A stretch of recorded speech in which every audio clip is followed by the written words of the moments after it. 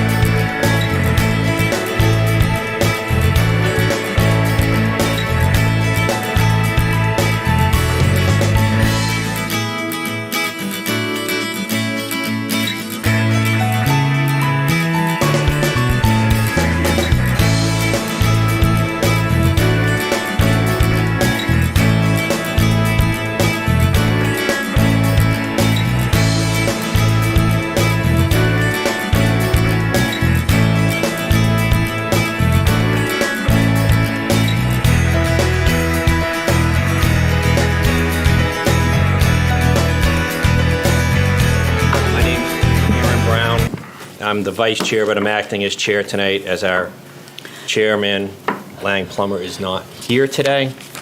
I'm going to go through announcements and get us going. I'm calling to order the planning board meeting of Exeter, March 28th, 2024.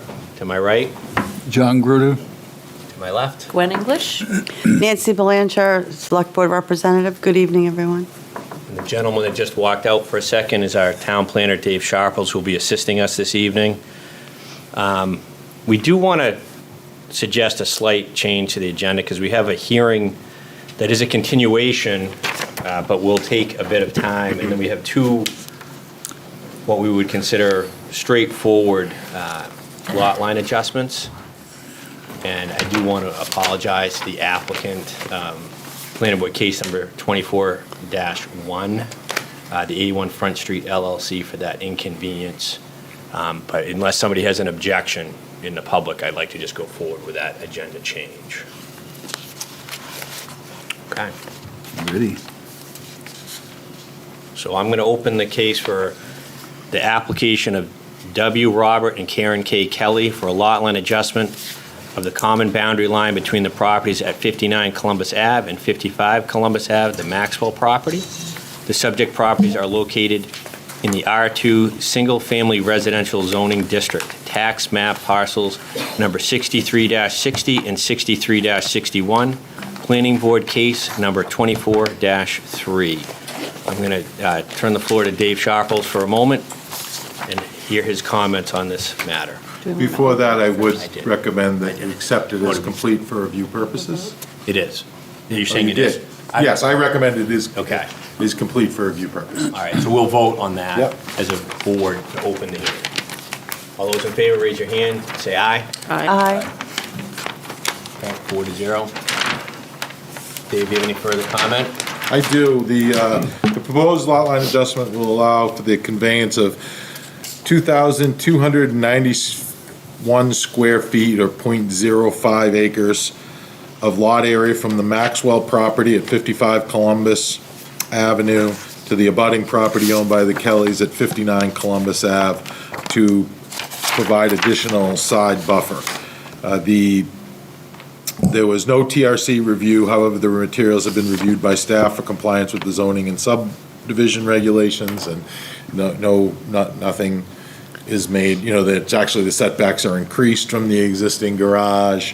And both have maintained lot areas, frontage, et cetera, that meet our zoning ordinance, so we're not creating any non-conforming condition for the plan, and I have suggested, conditions of approval in the event the board decides to act on the request.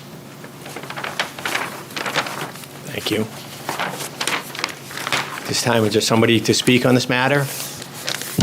I'm Bob Kelly, the co-owner of the property at 59 Columbus Avenue. And Mr. Maxwell and I have been neighbors for over 40 years, and our kids have played on their property, their kids have played on our property, and as we've gotten older, we sort of looked at the lot line and said maybe we should sort of square this up so it's a little bit more reasonable. As you can see from the plan, our existing line is very close to the garage, as Dave alluded to, and actually sort of cuts off a little landscape berm. So we just thought this was a little fairer, certainly to John. Squares up the line, and property that we're actually using now is owned by us. So sort of in the interest of fairness, after a number of years of us peacefully and amicably coexisting. So I'll certainly answer any questions, but that's basically the nut of it, that we're looking to just square up that line and make it a little bit more in line with what the land that he mows and the land that I mow. Really is what it comes down to. Anybody on the board want to speak on this matter before I turn it over to you, see if there's any public comment? It seems Straightforward. cut and dry, yeah. Okay. Any members of the public want to speak on this? Seeing none, I'll bring it back to the board. I would just say it seems very straightforward. One of the things we do in town, Mr. Kelly, is when people do this, you do have to come here. It's part of the process, and a lot of times, it's not necessarily as straightforward as what you have here. there's non-conforming issues, there's waivers requested, boundary issues. I think you hit it on the nail when you said you're just really kind of making it more sensible. Anybody else want to address the applicant at all? Okay, I'm ready for a motion. I have two suggested conditions of approval that are standard conditions with every lot line adjustment, and one, a DWG file of the plan shall be provided to the town planner showing all property lines and monumentation prior to signing the final plans. The plan must be in NAD 1983 state plane, New Hampshire FIPS 2,800 feet coordinates, and two, all monumentation shall be set in accordance with section 9.25 of the site plan review and subdivision regulations prior to signing the final plans. Thanks, Dave. So you ready for a motion? Yes. I move that the request of W. Robert and Karen K. Kelly, Planning Board case number 24-3 for a lot line adjustment be approved with the conditions as stated by Town Planner Dave Sharples. Second. Motion, any discussion? And I'm going to call for a vote. Let's just raise our hands and say aye or nay. All those in favor? Aye. Abstentions? Against? I see 4-0. Thank you. Passed. So I'm assuming I just coordinate with Dave on Yes. satisfying those conditions? That's correct. Yep. And the code enforcement. Doug Eastman. Doug? Yep. Sure. Yep. Got it. Good to go. Those two are me. Okay. Both of those are me. They are. Yeah. There you go. Thank He's you. your guy. Appreciate it. All right, so we're going to put second in line, again, apologizing to Planning Board case number 24-1 for the slight change, but you can see this is a pretty quick versus making them sit through a longer hearing. The application of Chris Turner for a lot line adjustment of the common boundary line between the properties at 3 Rocky Hill Ave and 4 Rocky Hill Ave, Rocco property. The subject property are located in the R2 Single Family Residential Zoning District, tax map parcels 71-60 and 70-12. Planning Board case number 24-5. Is this ready to be heard, Mr. Sharples? It is complete for review purposes, yes. Okay. So the vote to open the hearing. All those in favor of opening this matter? Raise your hand and say aye. Aye. 4-0, we're ready to go. I see somebody that I recognize. I'm a customer, a very satisfied long-term customer, so in the interest of full disclosure. Yes. I can see you. Go for it, Mr. Turner. So we're just asking to move our lot line over about 30 feet. It used to be a dead end with nothing but trees, but when our neighbor decided to develop his lot, he took down everything, and his lot actually comes up within about really close to our front door, which wasn't a problem when the last 12 years. But now that he's moved in, we thought if anybody else ever moves into his house, they'll be right up against our property. So he's like, yeah, that sounds great. We're not using that anyway, so that's it. We're just trying to move it out a little bit so we have more room. Okay. Any questions for the applicant from the board at this time? No. Nothing changes to either the driveways or anything, right? No, we left the Looks like- frontage on the road kind of at a weird angle, just so he could keep that Yeah, frontage. it's kind of an angle. Yeah, so it angles out and then goes straight back after that. But you can see his lot's pretty huge, so he wasn't too worried about losing 30 feet. And open it up to the public. Anybody from the public want to speak on this matter? Bring it back to the board. Dave, do you have any conditions? I do, and I just want to say, I don't know if you've noticed, but in the application, he suggested, they Waivers. requested 3 waivers. Yeah. But they weren't applicable because it was a lot line adjustment, Right. no new lots were being created. I mean, they asked for waiver from the high-intensity soil survey and so forth. It's like, no, it's unnecessary, so that's why that change got made. But just the same exact 2 conditions, which I'll read again, that we always have. One, a DWG file of the plan shall be provided to the town planner showing all property lines and monumentation prior to signing the final plans. This plan must be in NAD 1983 state plane, New Hampshire FIPS 2,800 feet coordinates. And 2, all monumentation shall be set in accordance with section 9.25 of the site plan review and subdivision regulations prior to signing the final plans. Looking for a motion. I will move that the request of Chris Turner, Planning Board case number 24-5 for a lot line adjustment approval be approved with the conditions as stated by our town planner, Dave Sharples. Second? Have a motion and a second. Any discussion amongst the board? Seeing none, let's go and vote. Raise your hand and say aye if you're in favor. Aye. See 4-0, so good to go. Congratulations. Appreciate it.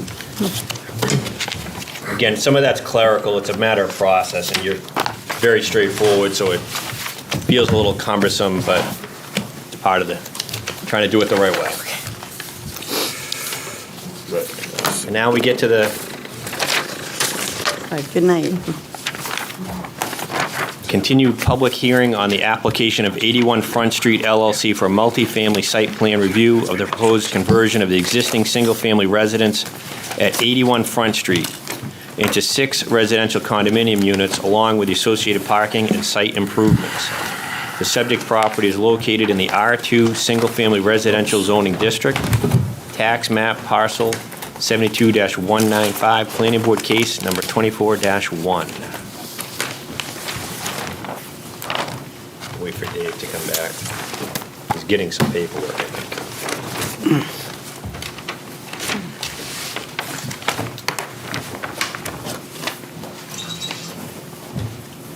Dave, is there anything we need to do on this to open it again, or do we have to vote? I don't think so. Usually don't. I mean, it's, kind of, no, it just got tabled. Yeah, no, we don't. It was continued, I guess. Yeah, it just got tabled at the last meeting and to this meeting, and Okay. See somebody here for the applicant? It's your floor. Good evening, Chairman, members of the board, planning staff. My name is Shane Forsley of Hampshire Development Corporation. On behalf of the owners of 81 Front Street LLC, I'm here to present to you tonight. I've got some full-size copies of the site plan. If any of you would like them, I'm happy to pass those out. Dave, I got a copy for you as well, if it would be I helpful. wouldn't mind having one. Yeah. Wow. Yeah, I wouldn't mind either, depending on how many you have. I've got enough. We can, John and I can probably I was going to say share. Gwen and I could share, Yeah, this is, Pretty nice. but boy, my eyes will appreciate this, Yeah. I hear you. being honest. Thank you very you're much. you're the only one not wearing glasses. Is that maybe? Even the glasses aren't helping these days. Wow. That was my eye doctor last year. Am I okay to bring it down a little I could bit? see it. Is he?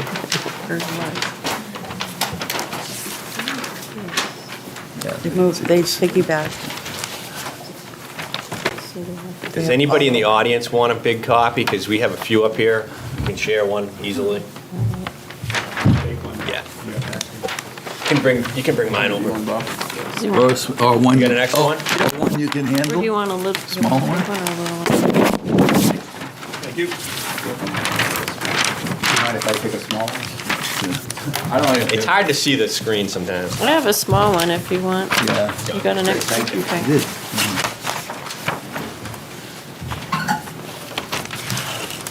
Okay. Three, I want to see it driving. 6, 7, 8. So when we were here about 2 months ago, we had discussed a few notes and a few parking-specific changes that were requested by the board and planning staff. And so what you see in front of you here today are 14 spaces for the residents of the property, all accessed via the driveway off Front Street. So big change from the last go-around, which showed parking off of Seminary Way at the rear of the property. So Millennium Engineering was able to lay out the parking spaces with adequate turning radiuses. You'll notice there are 2 spaces nose in at what we refer to as the carriage house on the left-hand side.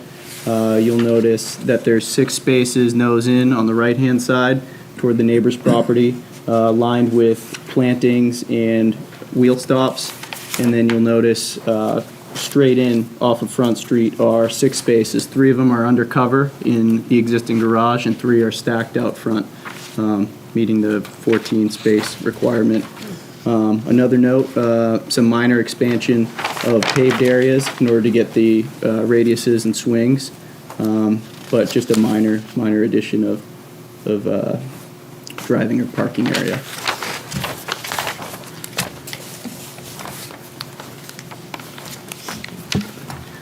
That's really all that's changed since our last application. You know, we took what your recommendations were and worked with Henry and his team, Millennium Engineering, to develop this plan for you. Okay, thank you. Any questions of the applicant from the board at this time? Can you just maybe go through the genesis of this change in your parking? I know there were issues on Seminary Lane, but I'm not aware of what happened. It may or may not be relevant, but I just wonder if you could elaborate on that. Sure. So historically, Seminary Lane was used as a second driveway or second access point for the property at 81 Front Street. Now, over time, it had gone from change of ownership, and right now it is currently owned by the school district. Right. And so, without clear indication of the allowable use or not use of Seminary Way for access to the site, the board didn't feel comfortable approving the plan, which showed conforming parking spaces back there due to the access. And so we've talked with the school board. They have no intentions of closing down Seminary Lane for anybody's use. Obviously, the school uses it twice a day and on the weekends for sporting events and so on. And actually, the neighbors on the opposite side of the way have two driveways as well. And so there's a bit of a not a handshake agreement, but understanding of use without anything formalized. And so the board just wasn't comfortable with us showing any parking spaces back there without clear clarification or a written document that states that would be allowed to use that as access. So there was never a next step to try and come to some agreement where was the school just I may be digging too deep. But No, it's okay. I know we talked about it at the meeting. Well, it would have and I been a just- different position for the board if they had a legal easement. Oh, right, and I just Right. wondered if they had just downright It was- refused to do that, and can understand why they may not want to have a legal agreement, but I just wondered if that discussion had gotten to that Mm-hmm. point where they said no. Yeah, so we had reached out to some of the school representatives, and it was, nobody really wanted to monumentalize or make it official, the use of that Okay. way. So Okay. it continues to exist as it is, and there's no formal agreement for us or the neighbors to use the way, although those access points exist today, and maybe sometime in the future they won't exist, and we'll still be able to support the parking requirement off Front Street. Okay. And Well- you're leaving the pavement Correct. for those spots. Correct. But you're not going to advertise them as the parking spot, but they're probably going to get used. Correct. Oh, okay. That was my next question. Okay. I also did reach out to the school as discussed at the last, and I did talk to someone there, and they're like, well, that's, thing, and I'll pass it on, and they did get noticed, and they never got back. Oh, So, okay. Which I had asked Dave to do, and he did that, which is a step beyond what we normally do. Right. And- But given the situation, Yep, it seemed to be practical, yep, not shocking, the response, but it was worth making the phone call. yep. Nope, okay. Thank you. so they I didn't appreciate object, they it. didn't, Yeah. and they got noticed, so, and they haven't participated, so Right. Okay, staying out of it. good to know. Thank you for Question. attempting. John? The 6 parking spots up against the fence. It says new fence. Wasn't a fence there before, or are we just upgrading the fence? or- Yes, so there's an existing fence. Soundproof? Existing fence there, and it was a request to the board to basically line of plantings to give the neighbors some more privacy, and so the fence gets bumped over a few more feet closer to the property line, is all. As it exists today, it's 5 or 6 feet away from the property line. And so in order to accommodate nose-in parking or head-in parking, it just shifts over east on the page approximately 2 feet, 3 feet. But it's a new fence, and what type of fence? So we would just reuse the existing fence. It's a cedar painted fence. It's solid panel up to a height of 4.5 or 5 feet, and then it's got a lattice detail.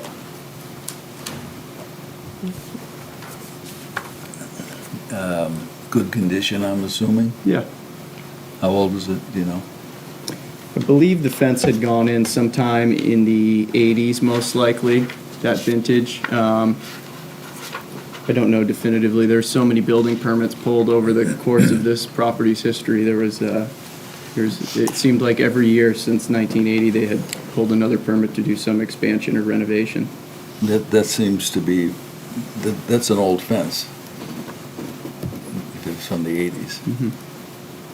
I hope it's in good condition. They did a real good job with upkeep and maintenance of the Maintenance. property. A few things had kind of gone astray over the years when it was unoccupied, but, many mechanical systems, interior finishes, really high-quality stuff that was well-maintained until recent years when it was unoccupied.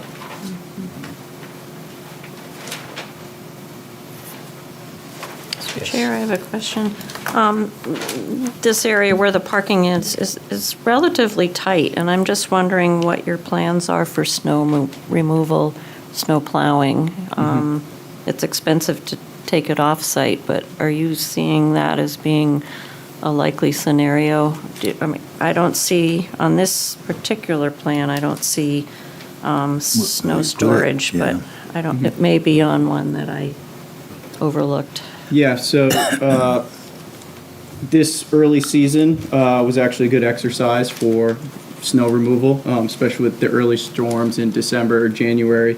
And instead of plowing, we utilize a machine with a large snow thrower and are able to maintain a lot of the nice vegetation while displacing the snow on our site. There's a fair amount of room around the old doctor's office out at the front of the building, or the front of the property, excuse me. And same goes to the left side of the driveway in front of the historic home. And then as you make your way back beyond the carriage house to the left of parking spaces 12, 13, and 14, there's a large laydown area. And then to the right of the parking garage as well is a clear pathway all the way out to where a former pool had where it says existing building at the rear. And so that's a large vegetated area where we're able to, move and store the snow without too much of an issue.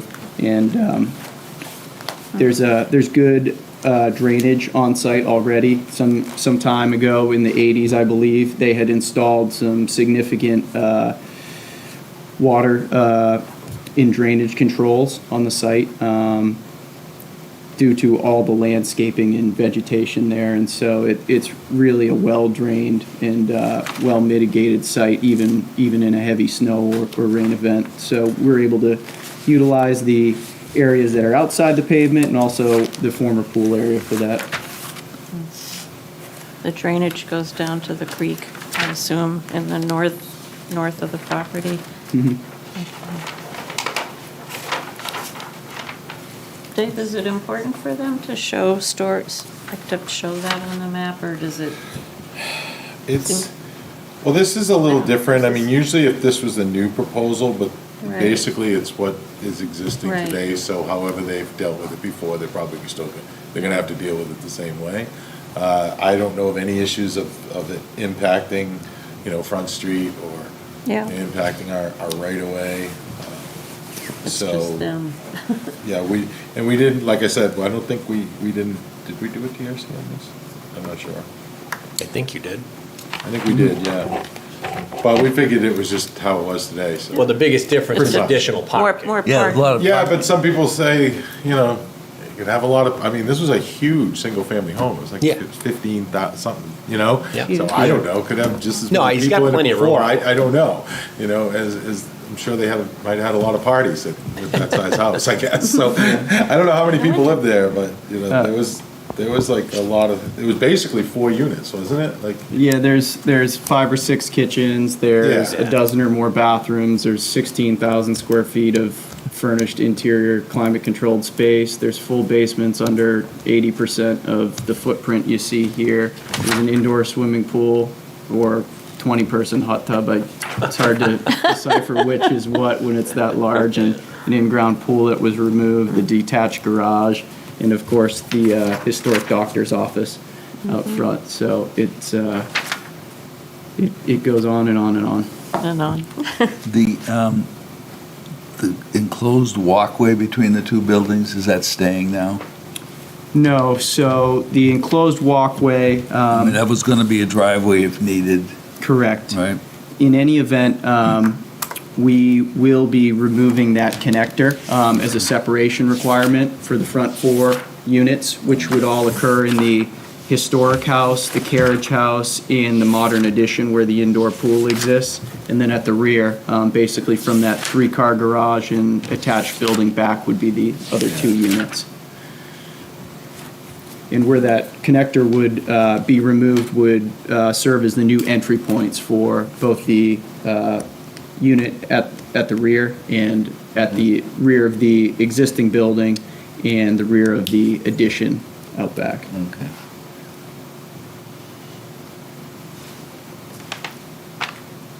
And the old doctor's office there's not a plan for that, is that correct at this point? Correct. They're looking for a young doctor to take it.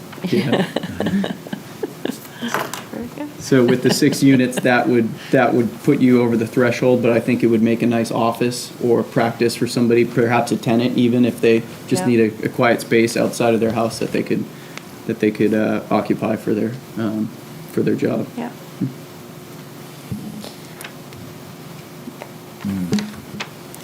My turn? I believe when we talked about this the first time with the fencing and the parking along the line there, that in addition to the fence, there was going to be some plantings. Correct. Could you let us know what those plantings are going to be? Do you have? Yeah, so they're shown as plantings, basically one in front of the head of each of those parking spaces. We envision those to be like an arborvitae type or a cypress type, something that grows tall and kind of bushes out and creates privacy to the neighbor. So it'll be an additional buffer for the sounds and the light. Correct. Okay, thank you.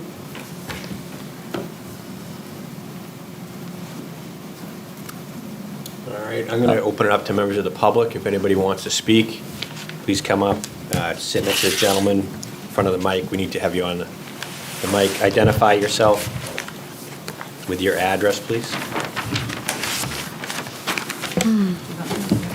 It's fine. Just if you have questions for the applicant, address them to the board.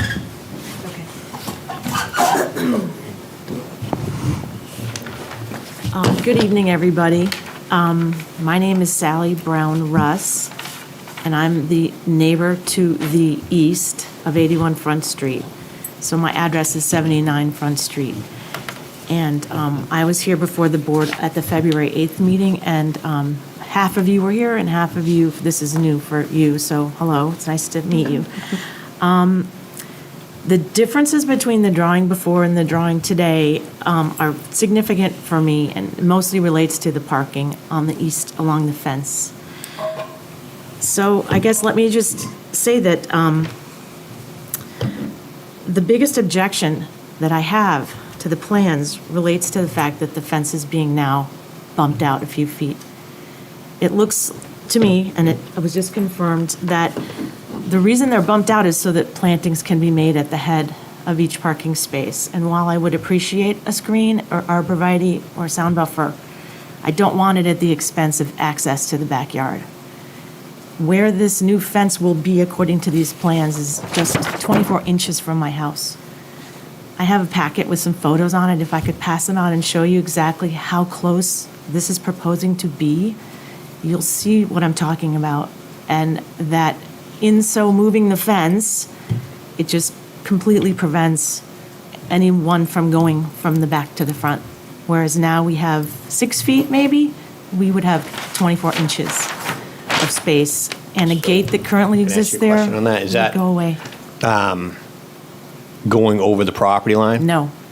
The So- property line, the fence is not on the property line. My question is, to get to your backyard, Are you saying that his plantings are over the property line? They're No. onto your property?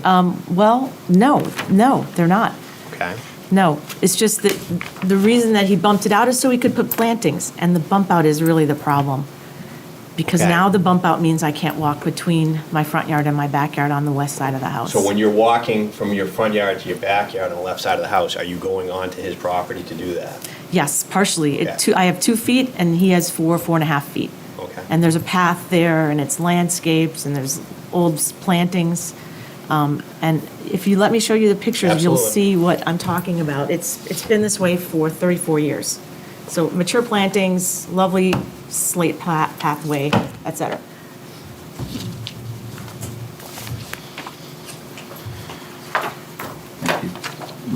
Thank you. Thank you. Thank you. Thank you. Thanks. Yes.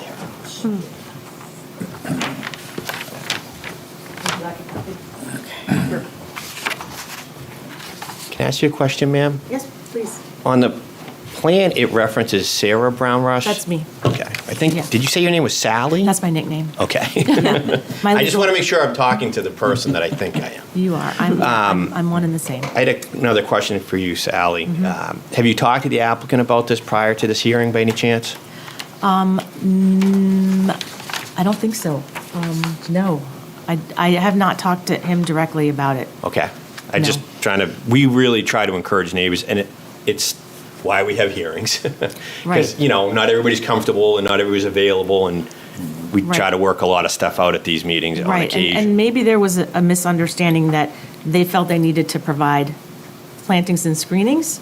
It would be very common that that could happen. And yes. then it You would turns prefer out not that to have it, it's which I'm hearing. Yeah. It's a terrible situation Sure. for me if they put the screening in. So I have some like prepared remarks I'd like to make, but I'll just flow to that right now. So it appears from my research that this fence was completed in March of 1990. And for the past 34 years, the neighbors on either side of this fence have coexisted peacefully, just like the applicant who came before with the property line adjustment.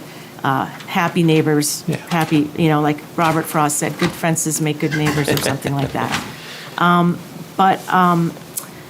And we have owned the house for 11 years. So that's been our situation for 11 years with everything being very happy. So in the photos, you can see the yellow clapboard house is my house. The yellow stripe on the footpath represents the property line. The applicant had a surveyor come and put stakes down the property line, so I lined up my ruler with those stakes. And so he's proposing to push the fence out to the yellow stripe, and it creates a very tight pinch point between my house and his fence, and with the shrubbery on the far side of the fence. One of the concerns we have is safety, not being able to get any emergency responders through that side of our house. If there should be some emergency, they're now prevented from going that way to help solve whatever the emergency could be. A fire, whatever, there's a pool in the back, there could be some sort of swimming problem. I don't know what would happen, but it's just not a good idea to cut off the access. And on a practical level, being able to walk around the perimeter of a single-family home, I think is critically important. Consider something very basic, just like doing routine maintenance. If the fence is moved to that place, we would not really have access to painting the west side of our house. We take very much pride in our house. I know you guys know which house I'm talking about. It's the yellow with the white picket fence and all the flowers and plantings. We take a lot of good care in maintaining our house. We paint it every 6 to 7 years. So next time it needs to be painted, how is that going to be accomplished? You wouldn't even be able to put proper scaffolding up for the painting crew. And I think, the biggest issue is it just seems to me not to be necessary. The plantings are not necessary. My biggest concern is to keep my access to the backyard, and I would say the fence line should be maintained where it currently is. If you look closely at the drawings, the curb stops, or whatever those little bumper things are called for the wheels, appear to be on the west side of the current fence. So removing the shrubbery keeps the fence where it is, and I'd be very much in favor of that.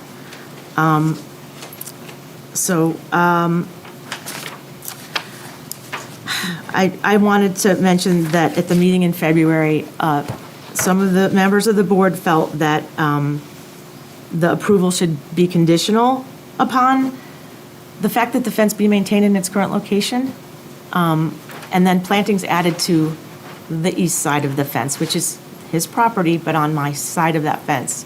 And that seemed to be like, okay, fine, everybody agreed. And then this drawing came out, and it's not exactly that at all. The fence is moved, plantings are on this, it's just backwards. I like to say that the regulations for the town about parking state that it should be located in such a way so as not to unduly harm the owners or occupants of neighboring parcels, end quote. And I am an owner and occupant of the neighboring parcel, and I feel that this bumped-out fence truly would unduly harm us. More parking spaces have been added since what was proposed in February. In February, there were 5, and the applicant, Mr. Wilson, agreed to make it 4. And I understand that the Seminary Way issue has forced him to put more parking in this place. It's unfortunate for me.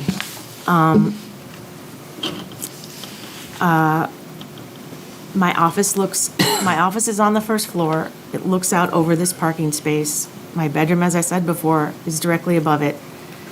Having cars and a fence 24 inches from the wall, whereas now they're about 6 feet, which is plenty close and a very reasonable distance.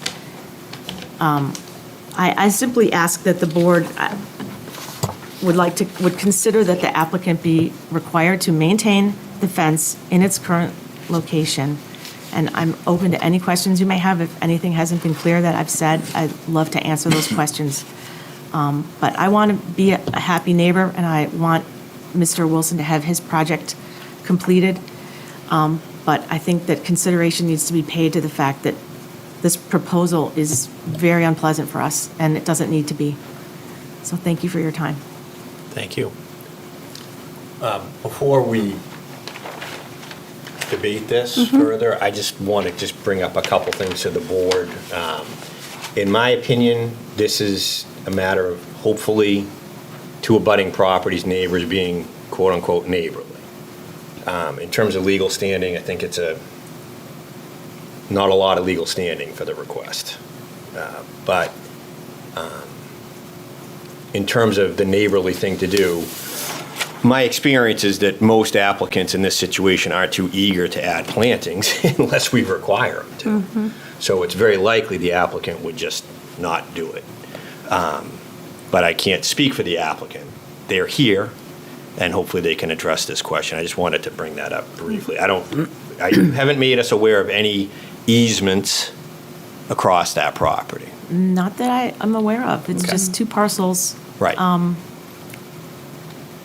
And the property line was invisible, really, and the fence was sort of seen to be the proper dividing line, and in fact, it's not. Right. I see an attorney that I know here. Mr. Kazaz, you want to speak on that at all? Yes, if I may. To your earlier question, I did reach out on a couple of occasions to Mr. Boyd, Millennium, to talk about the latest configuration. Yeah. And he advised that he had somebody else in his staff who had been in charge of this recent iteration, and we just never connected. So to your point, yes, always try to get a dialogue so that things don't come before you if they don't have to. So that effort was made. I wasn't here in February. I did have an opportunity to watch the hearing, and I may have misunderstood it as well as my client, but the takeaway for my client was that the current fence would be maintained, and there would be some bollards and some plantings put in. And so this came as a surprise. Now, if the applicant is attempting to meet that commentary from February, and otherwise wouldn't have done it, then we say, please don't do it. because it's really all about the fence, which has been there for 34 years, that existing fence line be maintained. And so it looks like the applicant has solved the challenge that the board posed to the applicant. Please configure your parking without reliance upon Seminary Lane.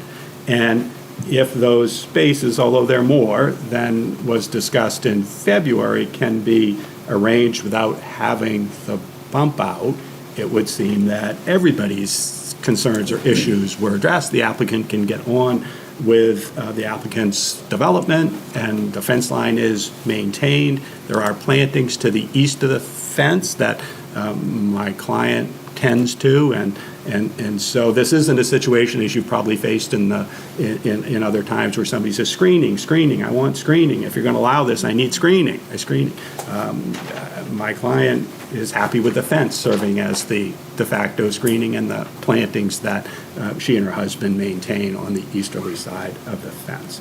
And so if perchance pushing or maintaining the fence line and running these 6 parking spaces somehow impacts on channel requirements, regulations, I understand the board has the ability to waive those, and I would ask, if that's in play, that you waive them for the applicant, so that the applicant gets the parking while maintaining the existing fence line. And to get back to February, certainly my client would welcome a condition of approval that the existing fence line be maintained. So that's the gist of it. It's very, very difficult, as you see. The area is narrowed. These are both older houses that that haven't come before boards for setbacks and that sort of thing, because they predate zoning, both of them. You are correct. To my knowledge, there isn't an easement. I really don't want to get into it's been 34 years and there are gates, and, we don't want to go there. But we would like very much to have the current fence line maintained and have no objection. While we prefer that the spaces be elsewhere, really it's about maintaining that current fence line so it doesn't protrude literally into the house next door. Thank you.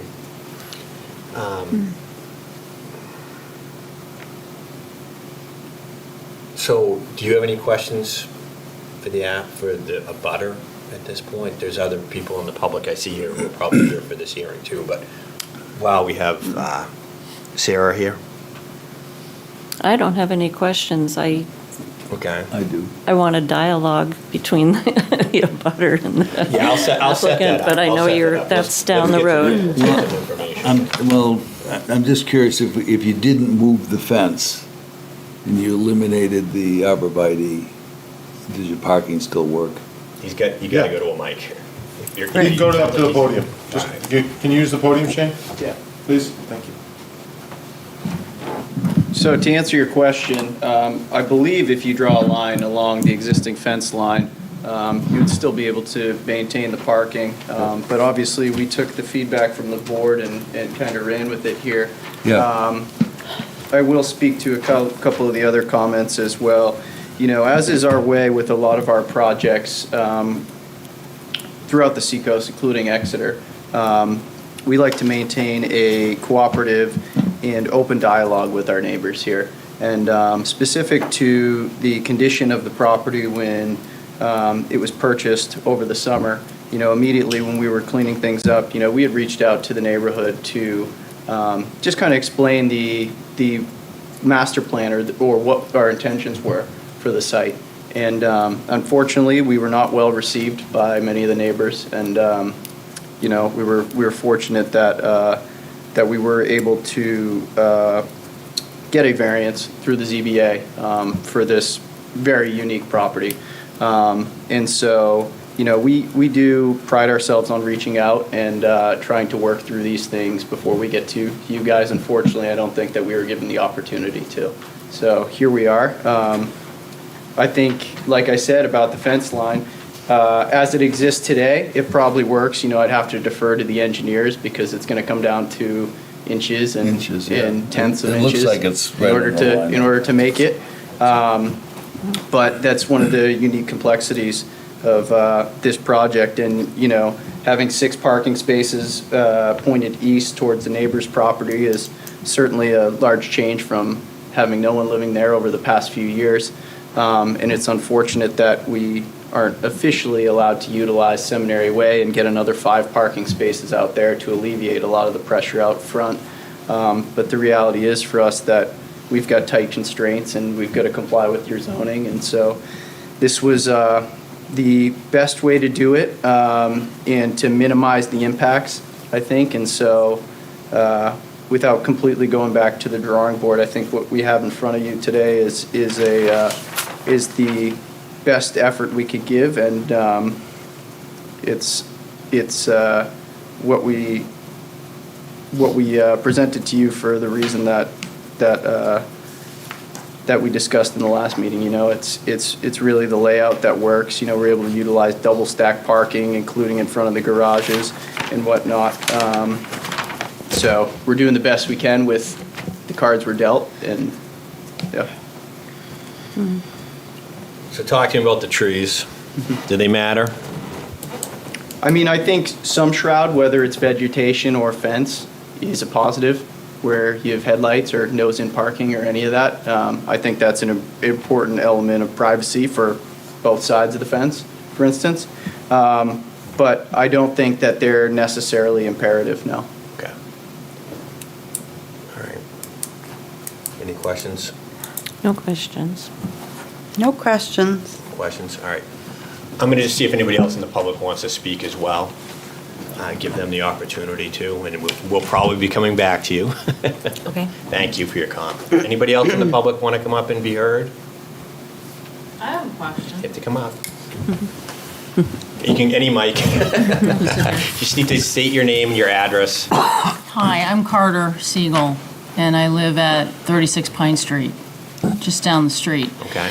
I'm just curious, this is the first time I've been to any of the meetings associated with this property. Was it ever considered to make the driveway on the west side of the building? So not on Seminary Lane, but make a new driveway off of front? Looks like there's a lot of property on the west side of the building. Could one not make a driveway going down the west side and bring parking towards the back of the property, thereby not having anything to do with Seminary Lane, not having anything to do with the school district?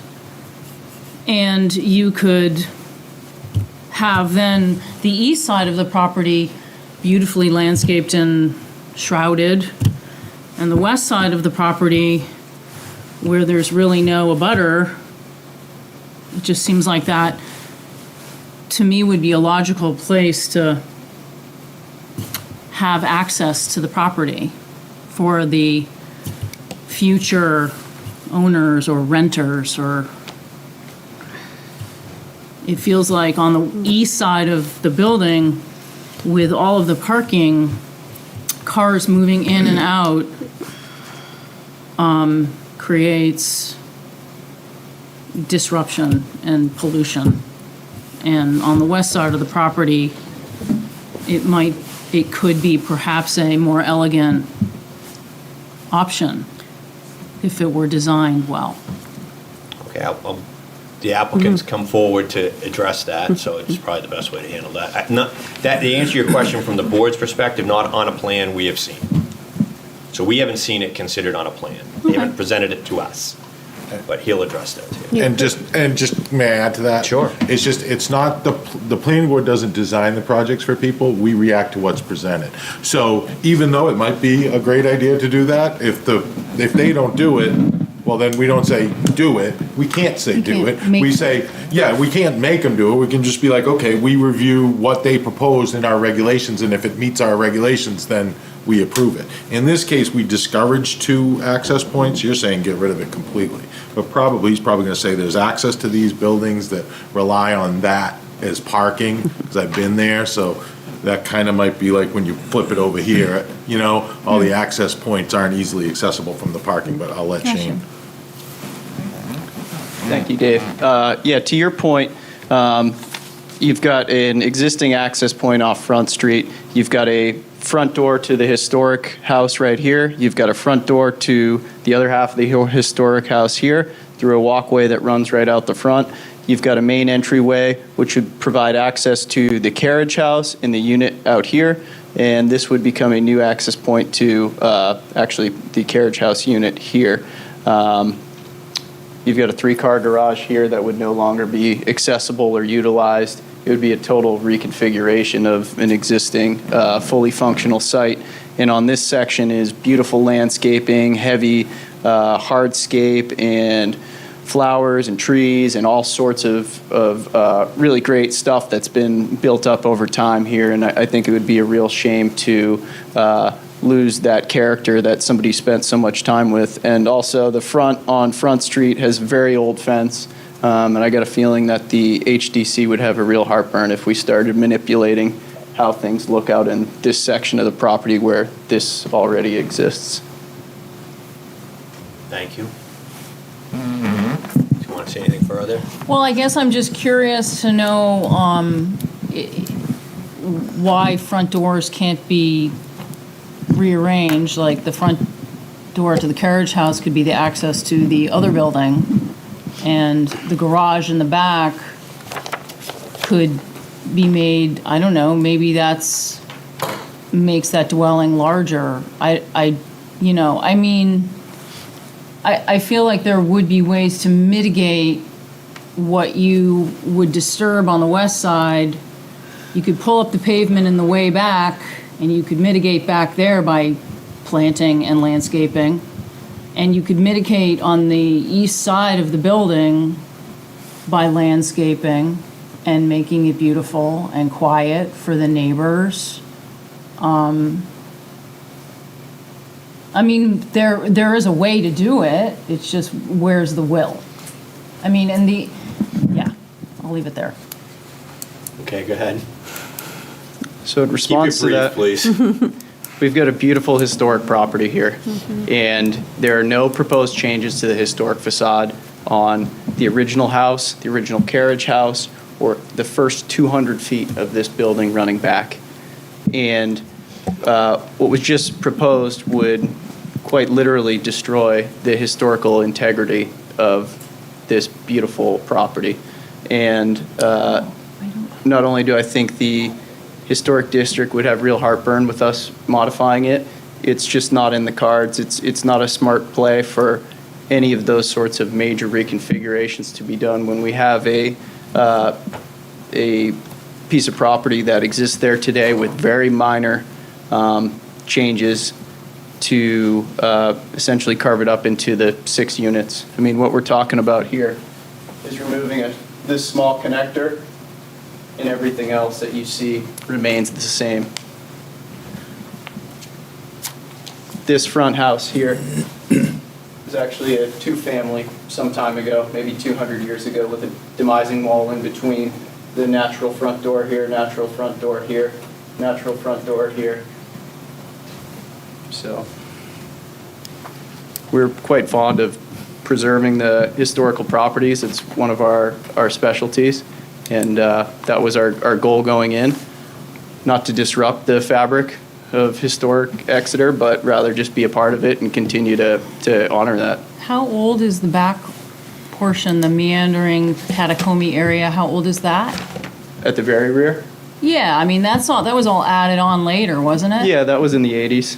Right, so the historical structure that you're speaking of is in the front, just that front building, All the way back to here. back to there. And Okay. then, I So believe- was that the original home?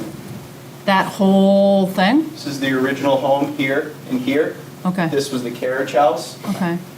this was the modern addition with a pool, indoor pool, and then there's a connector, and this garage was built right around 1990.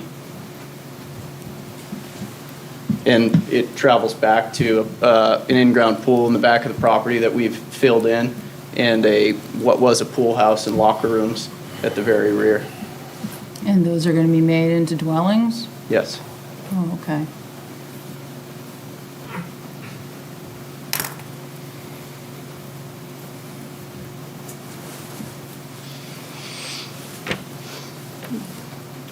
I see another member of the public that would like to speak. Just, my name's Josh Siegel. I also live at 36 Pine Street. I guess there's two comments I have. One is the whole Seminary Lane thing sounds really up in the air. Like no one's quite gotten an answer. It's been somewhat of a non-answer, right? Like, It's not, I don't think it's up in the air at all. well, I think so I there's no guess legal access across Seminary Lane. there's no legal access Correct. across Seminary Lane, but it was the school board that I thought you said that they didn't want to comment on it, or they didn't want to commit to No it? comment and no commitment was their answer. No, No not comment, no- going to give them legal rights. So those other properties that are on the other side of Seminary Lane that continue to use their And driveway these guys will continue to also, at will. at will? Yeah. Right, so I guess my question then is, if that is gonna continue to be utilized, can there be some agreement or workaround that says, look, these new 6 spots that are going to be in this area, because, I mean, if this was my house next door, I'd be very upset too, that we have 6, potential cars coming and going all day long right at our bedroom or whatever it is. Can this other space be used in preference to this until such a time that Seminary Lane they took control of it and said you can't use that anymore? Is there a way for that to be, That was proposed by the applicant, and we didn't accept it. which part was proposed by the applicant? What you just said. That they tried to Using use, Seminary Lane as part of their parking requirement. and why was that not Because it's accepted? not a legally enforceable access. It's a private road. Right, I understand that, but if it is going to be used anyway, right, then these spots which you're saying, let's say this It could gets. be taken away tomorrow. Right, so these other spots would still be there. Yep. But I guess what I'm trying to say is, in the meantime, until such a point where legally that was taken away, can there be an understanding that this other space would be used in preference to this space for the people who are moving in there? And this is your backup, right? I mean, legally, you've got the spaces there, but you're asking the new tenants to please respect the neighbor and park in this other area until such time that they can't. We do as a planning board, is we enforce the regulations. We address the plans in front of us. We rely on our professional staff in Exeter, TRC, Technical Review Committee, Town Planner, Code Enforcement, and we work with plans to try to improve them with all parties' considerations, neighbors, abutters, the applicant, the public at large. Right. So when we are dealing with a parking requirement, we were very uncomfortable and even seeked legal counsel to the position of Seminary Lane parking without having legal rights to park there. Could be taken away literally tomorrow, okay?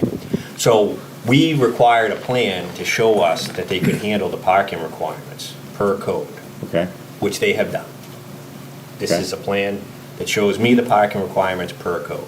This meets the town of Exeter requirements.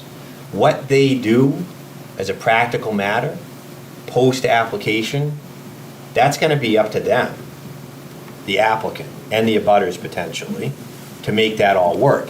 If they show this and they don't utilize it, That's- Doug Eastman, our code enforcement officer, isn't gonna go over there and say, you need to park in number 5, not on Seminary Lane. I see. They're gonna be fine with that. The town's position will be fine with that. But as a planning board, we have to make sure we're not going into the habit of approving plans that show parking that isn't legal. Okay. You know what I mean? So that's kind of like the fence issue where Kind the of. butters and the The fence one troubles me more, to be honest with you, because I think it's a terrible spot and it's an unfortunate lot line. And, you know, this is, I think, a condominium project. Am I correct? Are these going to be multiple owners down the road, probably? It will either be owned as a condominium association or rented Okay. through an association. And I believe one of the requirements of the variance was owner occupancy. And so here with me today is Erica Lemos Wilson, and she's actually going to be purchasing the rear 2 units at the property. So Erica and her husband and 2 little boys are going to live at this property. Actually, they live there now in one of the existing quarters. Sure. So my concern about Sarah Brown Russ's access to her backyard across a encroachment is a condo association may not be happy with an encroachment in the future. I can see that happening very easily. I've been in this world a long time as a real estate person. So I've seen that issue come up where you have changes of ownership over time, changes of relationships. One personality comes into this, if this becomes condos with, you know, several different owners, one concerned person about an encroachment gets involved and they start to worry about liability, stuff like that. So, you know, I'm not here to give you legal advice, but that is something that as a board member, we try to get these things as clean as we can, which is why we were so adamant about the Seminary Lane parking issue. They would have been a lot happier if they didn't have to do this plan, as far as I can tell, because it wasn't the first plan we saw. We did this plan, we encouraged this plan as a board and as a town because it meets our requirements. Yeah. I mean, the shrubs aren't part of the requirements. No, they're not. That's not talking about shrubs. I'm talking about parking. Right. So I think everyone can be happy. If Yeah, the fence just stays where it stay is and as- the shrubs go away, Make the and parking work. I'll be happy with that. And they probably would be happy because they don't have to move the fence. Can I ask a question? of course. This is just for the current resident there. Where do you park? You need to go to a mic, please. Yeah, I'm sorry. That's okay. Do you park in the front of the Hi. seminary, you go to seminary? No. No? No, Say who you because, are. I'm sorry, yep. So I'm Erica Wilson. I'm currently living at 81 Front Street. If I can show you where we're living right now. You can take the mic with you if you want to keep I talking. don't think you can It's up reach to you. Like Need a movie pointer. star. We are living here Oh, okay. because the back was just a pool house and, locker room, so it's not habitable back there. Okay. But when it is habitable, you're going to live there. We'd like to. Our boys will go to school there, and out back, so And we where walk would you- along where- that. Where would you be inclined to park? We'd like to park on Seminary Way, but, if, Until someone said. until someone says we can't, and then we won't. Okay. Right. Yeah. That's our Thank you. That's our position. Thank you. I was gonna, You just have to hold the button down. oh, what do you You mean? can I hold do- it down To if talk? you're trying to talk. Oh, I'm sorry. It's okay. Well, so I had a They were, quick, when you were talking together, I was trying to tell you, you could push the Oh, button oh. and it would, Mute. I thought it would So you wouldn't be eject me. talking to the public. that fix everything up. I got it. Those mics do. Yeah, so I had a question, that was, the first part was the seminary side, but the second part was, just as a question, did the applicants look at, removing spots 14 and whatever the one is behind that, 11, right? And having that as a drive-through to the further property into the back and having some parking spaces back there in an effort to, decrease the density on the front part, right? That's another potential, because that's not part of a historic building either, that's just a built garage. So just to the east of the three-car garage. Just to the east of the three-car garage, either taking one or, you'd have to take 2 of those spaces or potentially, I guess, 4, and put them back into the back 40 there, in front of the place where Erica's going to end up buying. Sure, I mean, the difficult part of that is you've got two large AC condensers, you've got a bank of gas meters and mechanical equipment on the right-hand side of that garage, which service that garage and the rear units there. So there'd be some significant mechanical work to be done. And beyond that is where the old pool was, and it's heavily landscaped with drainage structures as well. So I think it poses a pretty difficult pathway for the traffic to go in and out, and I think you'd result in having way more additional pavement and way more disruption in order to accomplish that. And just to kind of get back to the original point, the whole Seminary Way, really that's great utilization of an existing condition, but we understand the purpose of the board, of what they can and cannot do, and they've guided us to that. And so, really having all this parking centrally located on what already exists there today with a little minor expansion of pavement was the best and most economic solution. Do I address you or do I address him? Us, please, but Yes. he's listening. Okay. Well, the reason I say that is, this is going to be a construction zone for a while, and as we all know, and anyone who's built anything, that gas meters and HVAC condensers and all that stuff can really be moved to lots of different areas pretty easily. In terms of pavement, all the pavement's going to be centered around these four up front, but nothing in the back, right? So in terms of getting and parking back there, to me, I look at this and I say, well, Erica's going to have to park in one of these spots in the garage and then walk all the way back through the buildings. You've got a real crunch and a pinch spot with these 6 new cars there. You talk about snow removal, you talk about all these other areas, and you just open that whole zone up. And I think it addresses a couple of problems, right? It makes the abutter happy, and it could address a lot of issues with snow removal, size, pinching, safety, a million different things with, I don't think, not the construction person, although I built a bunch of homes, and I do know that no matter what happens, you end up moving HVAC units and gas lines and all that kind of stuff. So I think that's more of a cost issue than anything else. I don't think it disrupts the historic property at all, which I think was one of the things that you had mentioned earlier. With that, I'm through. That's probably very true. I think it's a cost thing. I'm not going to speak for you, but I'm just going to observe, and you don't need to address it. So I think that what I'm hearing is that, are there any other abutters that want to speak? Do you want to speak again, or do you want to let me go for a minute? I'm giving you the floor. Go ahead. Okay. I think what we're hearing more than anything is that the east property line, where the parking is going to butt up to the fence and potential plantings, is probably the biggest area of concern on this project from the abutters at this time. So I'm not sure if the applicant has had enough time to absorb that concern and properly address it, but I'm going to give you the opportunity to take your best shot at that, if you like. In terms of parking layout, I don't think anything here changes, whether the plantings or the fencing stays or moves.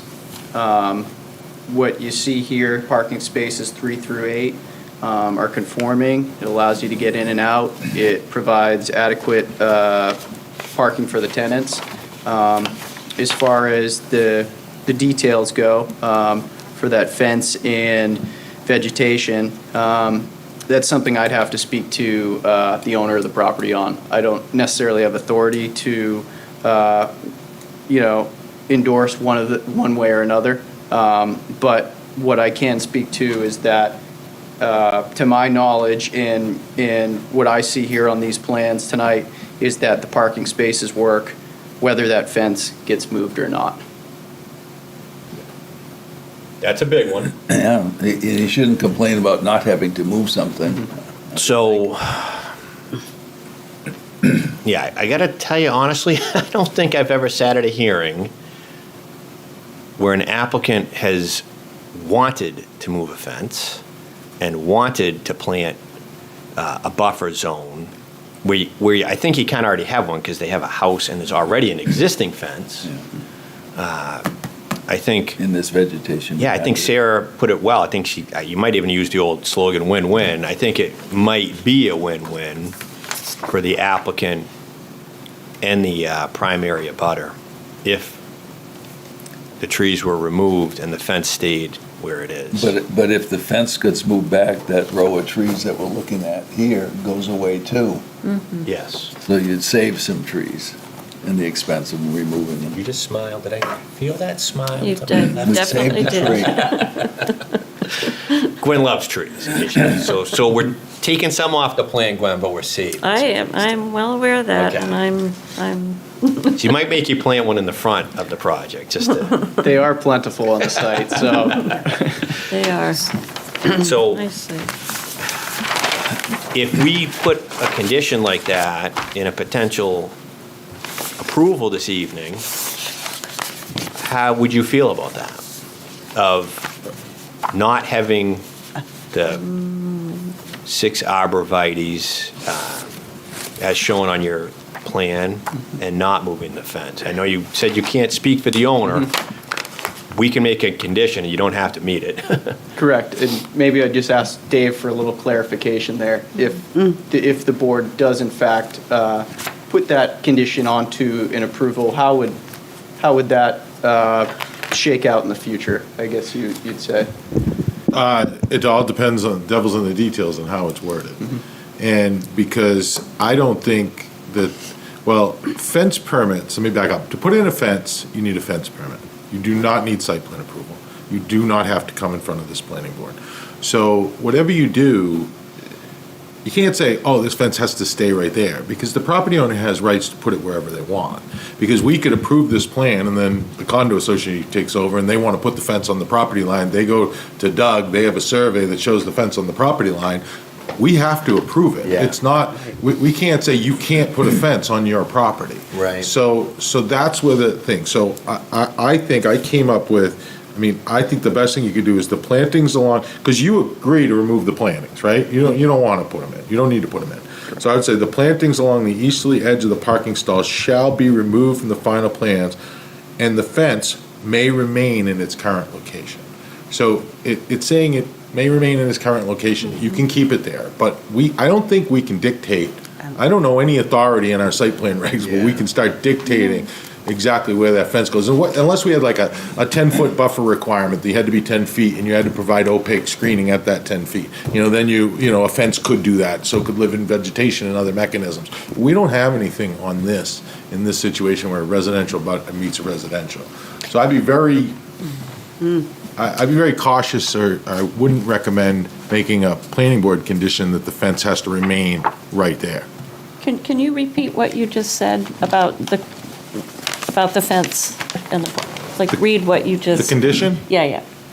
The plantings along the easterly edge of parking stalls, parking stalls 3 through 8.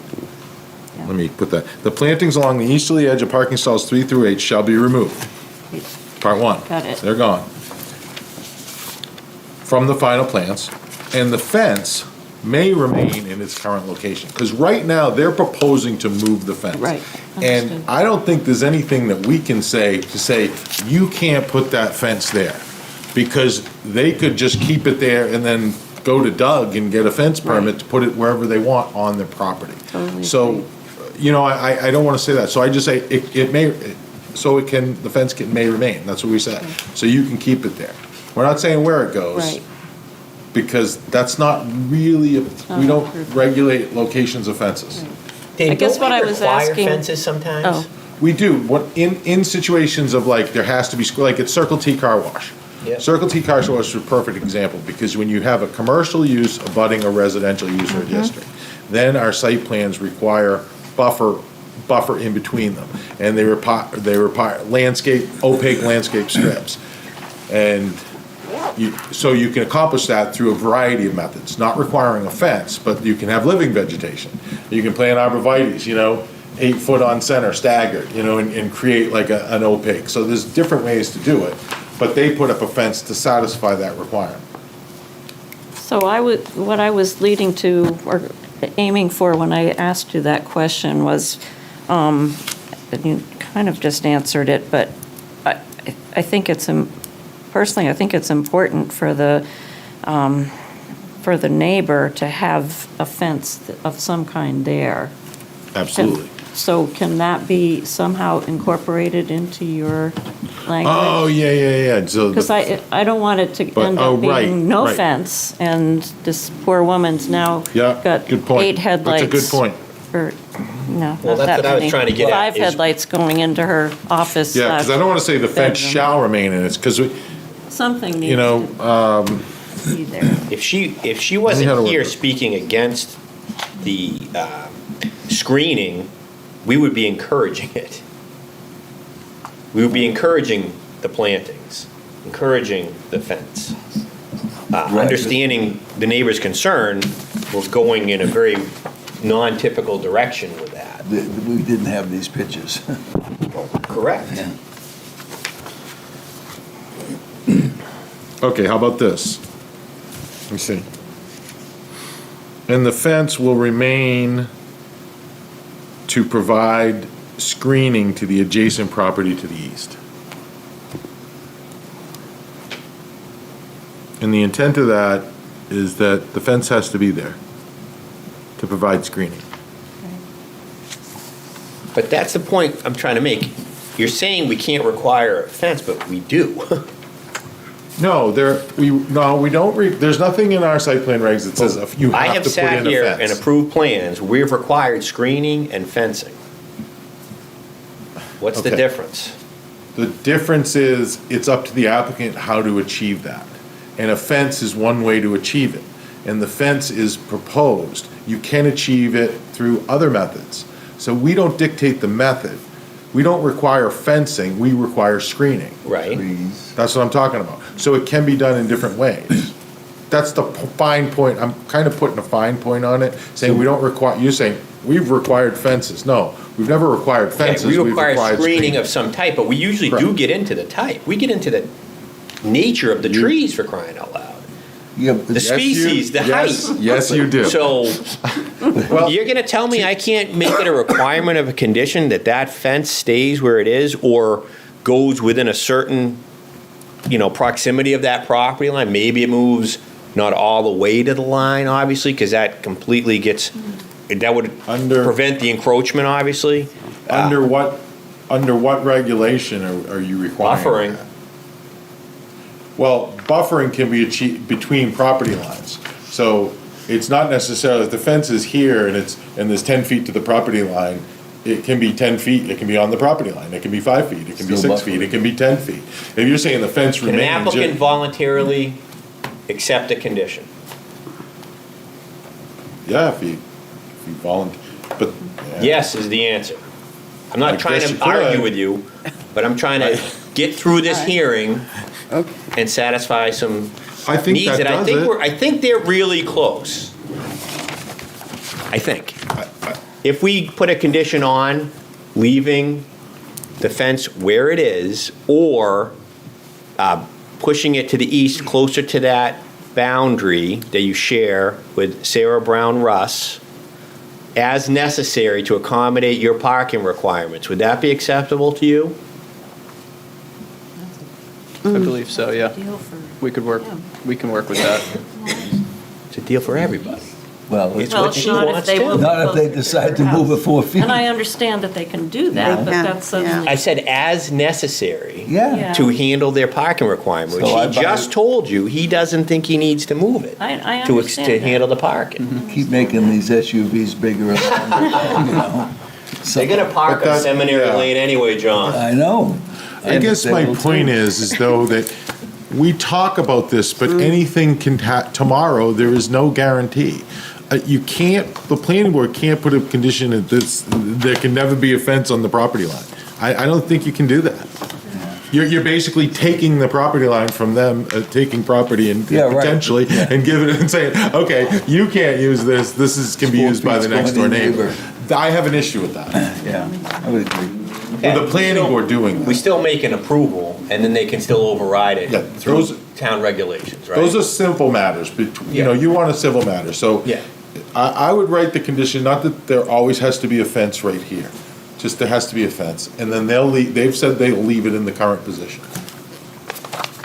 Okay. Done. You know, Read the You condition. don't have the final say, though, do you? I don't. Can you read the condition? yeah, and then the condo association, it's gonna change hands. Well, that's my concern, because there's an encroachment issue that we're clearly aware of. Yeah, and Yeah, there's the structure. We can't really correct that. Yeah, there's a unfortunately. structure over the line as well, so, Yeah. but that's not anything to do with us. Not. It might go in the. We're trying to it might go in stay the out of condo that. box somewhere. I wish you the best, I wish neighbors could think, maybe a Yeah. lot line adjustment or something, but that's between, the two folks. Like, just like the lot line adjustments that came in earlier, Yes. basically to solve kind of an issue like this, but that's not for us, that's for the folks, the neighbors to deal with. But I wrote, the plantings along the easterly edge of the parking stalls, 3 to 8, shall be removed from the final plans, and the fence will remain to provide screening to the adjacent property to the east. And that's the best you feel we can do. Well, that's what I'm proposing, I guess. Okay. Yeah, I don't feel comfortable, like, someone could try to read that to say, shall remain in its place, but I didn't write in its place. Yeah. It just shall remain. So, it shall remain between the parking and the house. Okay. The applicant would be satisfied with that condition? Yeah, the fence serves its purpose there, and although a small section of it was damaged over the winter, the fence between the two properties is beneficial to both parties, I believe. Okay, we haven't really closed the public hearing, so I'm gonna address Sarah Brusround on that. Would that be satisfactory for you? Hearing where we're at and what we can legally do? If that's as far as you can go, then I would say I'll take it. I would prefer it to say that the fence would remain in its current location, because it's been that way for a long, long time. And it makes, yes, I guess I'll say yes. I pushed the planner hard on that. Yeah, I Pushed mean, him. I tried to get that. He doesn't feel like we have legal standing to do that. Well, that is like you brought up, like you were said about there's gates, there's a path, 34 years, that's, I understand what he's saying. Yeah, I know what he's saying too, so, but that's a civil matter. Right. We should not get involved in that. Correct, right. We should not get involved in that. All right. Can- I'm gonna, do you guys have any other questions for the And I hope you can applicant or understand public? that, where I'm Because I'll bring it coming back to us if you are ready to debate. I don't have any questions. Well, I did for Dave. I just tried to get reorganized with my notes. So I covered the notes from Jen on the plantings. That's a done deal. There were a few things that you said in your memo that were missing. Are there any concerns that you have with those few things? This one solved that. This There would was- solve it. Okay. The curb stops, like Sorry, what the Exeter planning TV. board asked, the edge of proposed pavement wasn't in there, the curbs, That's the what I was width and looking depth for. of the stalls weren't Yeah. listed, none of those details. This one solved that, in my Great. opinion. So. And that's, I have I'm fine with that then. kind of a quick question. Dave, this is a question for you, and it doesn't really apply to what is in front of us at the moment, but down the road, if this existing, what was a doctor's office, becomes used, how does parking for that? I mean, Well, becomes if it's used by well, somebody who lives in the units, but they have somebody coming, they may have a client coming to this structure to, like a home occupation or Like a something. home occupation. Well, they get a home occupation permit through the building inspector, and any type of like commercial use or home occupation type use needs to go through the building department, and then they're responsible to determine if there's adequate parking. okay. That's all I And need. if there isn't, then they'll, that'll trigger a process. Okay, that's all I wanted to Yeah. know. Thank you. Or if it becomes another unit. But I think they already asked for, didn't you ask for that to be a unit, but the ZBA cut that out of there? Yeah, we went from 8, Yeah. I believe, in the first go-around Yeah. to 6, and that didn't, that doesn't qualify as a residential unit. But to your point, there's actually public parking, although very rarely used out front on Front Street. Nobody seems to park past the academy anyways on Front Street, but there is a parallel parking lane there, and I'm sure another space could be configured. But, our vision for that is more for somebody who needs to leave their apartment and go work in a quiet space, maybe away from family. And of course, Dave, in the event that it would be a home occupation as opposed to just a home office for somebody to work remotely at, they'd go through the building department for that. Okay, great. Okay. Any other public comment? I have Yes. a question to the planner. Just address Can we- yourself, Bobs. Yeah. Can we assure the applicant that if the fence remains where it is right now, that the parking shown as spaces 3 through 8 would conform with your regulations, so that 3 through 8 can exist Yep. as shown with the existing fence line? Yes, because we treat this a little differently because it's basically an existing site, and the use of a 16,000 square foot single family home isn't like really comprehensible to me, but that's what it is. So you have all these uses in 6 kitchens anyway, so I'm not sure. So I treated this as an existing condition, so even if those parking had to slide, I think there's adequate access aisle width there, but we treat it as an existing situation, almost like a non-conforming situation, if you will. So I have no issue with that and say, yes, that it can stay there, and these parking spots can even shift a little bit away from the fence to avoid hitting the fence and damaging the fence, or putting the curb stops a little further back so that doesn't happen. No problem. No When you issue. say fence, you're saying existing fence? Existing fence. Yeah. Yeah, and I cover that too. I just make sure the cars exiting the site, one of my conditions, cars exiting the site shall not back out onto Front Street, and this shall remain an ongoing condition of approval. Because that's the only thing you really worry about in this situation, where you don't want people having to back out onto Front Street. They probably don't want it. We definitely don't want it, because it's, state highway, gets a lot of traffic there. So now you didn't reverse yourself, but the attorney gave you language that kind of covers what we were trying to cover. I didn't hear him say language. Did he? Well, no, that the fence, you can have the parking as long as the fence stays here. Yeah, and I answered his question. But I mean, it sounded like before we couldn't do that. No, you can keep the fence there. I was talking about the planning board dictating where the fence is on the applicant's property. But we are doing that. If we say the fence has to stay where it is, we are telling it. You're not saying it stays where it is. Oh, I thought that's what I heard. Well, you can. I wouldn't advise you to do that. No, but is that what you said? Well, I Same was spot? trying to confirm that the applicant, if this fence stays in its current location, that the planner is okay with spaces 3 through 8. That 3 through 8 can exist legally in Yeah. conjunction Yeah. with the existing fence line. So Yeah. And that's So the the answer is yes. situation you're The answer is addressing yes. is if it's off by a foot or whatever in the length of a stall, Yeah. we're saying Hey. we accept it. Exactly. Yes. Yeah. Yeah, if it's 9 by 18 instead of 9 I'm okay with 19, that. but Are you it's okay fine. with that? Absolutely. It's an existing. And you don't even need a waiver on that. I'm fine with it. If you can do it that way. And I think it fits anyway, because I think it does. too. Yeah, it I do looks too. like It does I look- tried to thumb it it out. looks like by it scale. might be like 2 inches off the edge of the pavement. Or certainly right on it. It's not gonna take away. Yeah. It's not. Quick question. Yes. For the, is there any, will there be any added lighting anywhere? No, there will not be. Nothing The added previous to it. owners had taken care of that already. There's Okay. some beautiful lamps and sconces at the entry points and some very low landscape lighting, but there won't be any added lighting to the site now. Okay. And any added HVAC units, or is there adequate? I'm just thinking noise for abutters? Yeah, absolutely. There may be some small condensing units added for an additional zone here or there, but there's so many systems in that building that are already zoned off that play to the layout of the units, that it'll just be reconfiguration of the existing systems.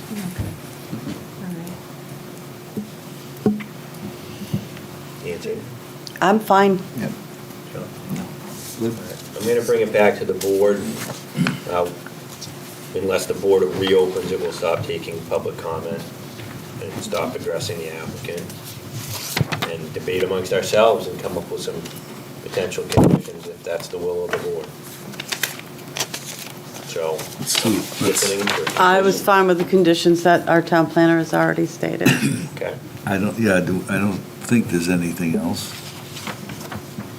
for conditions. I have a few others. We got Yeah, the. we know you're- We know you. So the parking requirements that were probably, from my perspective, the biggest issue with this plan as originally submitted. I agree. Have been properly addressed. Yeah. If they utilize Seminary Lane, that is at will, and they're free to do that. I have some concerns that were brought up at the hearing regarding property lines, but they don't seem to be an issue for the application, for the applicant. They seem to be unfortunately, something we can't really clean up, other than enforcing our parking requirement, which it is done now. So I think the applicant has been very willing to be flexible on the plan, and it seems to be, they seem to be trying to address the abutters' concerns as is practical and reasonably possible. I wasn't happy to hear, honestly, that they didn't feel well received by the neighborhood. That's always, I've been on both sides of this table, so I empathize with that. Change. But it is change, and that's usually something that isn't always, people generally resist change, good or bad, at least initially. But it seems like a pretty solid project to me. So I'm open to hearing some conditions from somebody. Dave said he Yeah. had conditions. One, all outdoor lighting, even though none's were proposed, it's just, this one carries on with the Standard. site plan. Yeah. All outdoor lighting, including security lights, shall be downlit and shielded, so no direct light is visible from adjacent properties and/or roadways. 2, a DWG file of the site plan shall be provided to the town planner showing all property lines and monumentation prior to signing the final plans. 3, all appropriate fees to be paid, but not limited to sewer water connection fees and impact fees prior to the issuance of a building permit or a certificate of occupancy as applicable. 4, cars exiting the site shall not back out onto Front Street, and this shall remain an ongoing condition of approval. 5, hold on, this would be 7 now, because we added 5. The plantings along the easterly edge of the parking stalls 3 through 8 shall be removed from the final plans, and the fence will remain to provide screening to the adjacent property to the east. And 6, that would be 6, right? Yeah, 6, these conditions shall be included in any future condo documents. Because I think this is a condo now, what I'm hearing? That's what I It understand. originally came in as rentals, but it's a condo, so these conditions of approval should be noted in the condo docs. Okay. Are you Or at looking- least, well, let me rephrase that. Conditions 1 and 5. Conditions 1 and 5 shall be included in any future condo docs. That's the condition about the outdoor lighting and the condition about the fence.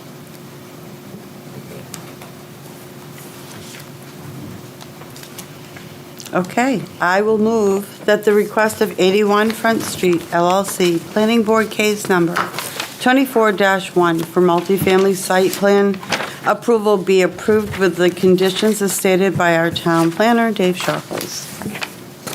I'll second. Further discussion?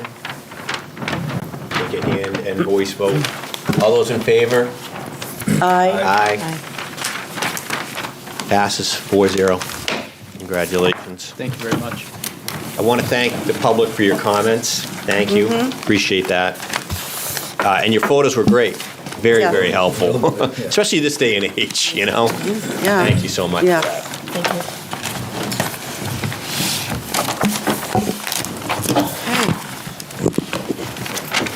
Sally? Yes.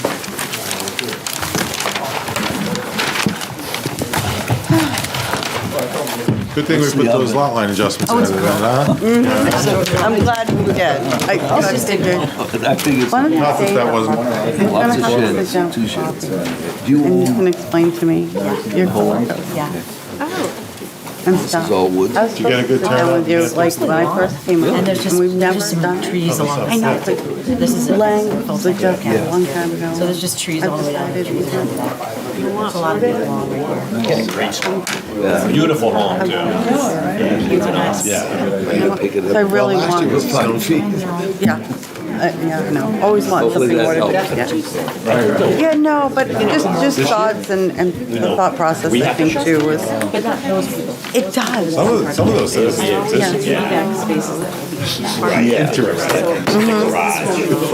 What are the orange? Thank you for coming in. When it gets tight like That's that, water, I figured that out. Okay. properly like that. But you have plantings, oh, that's a different color. 6 conditions. Okay. 6 conditions. Oh, Outdoor lighting.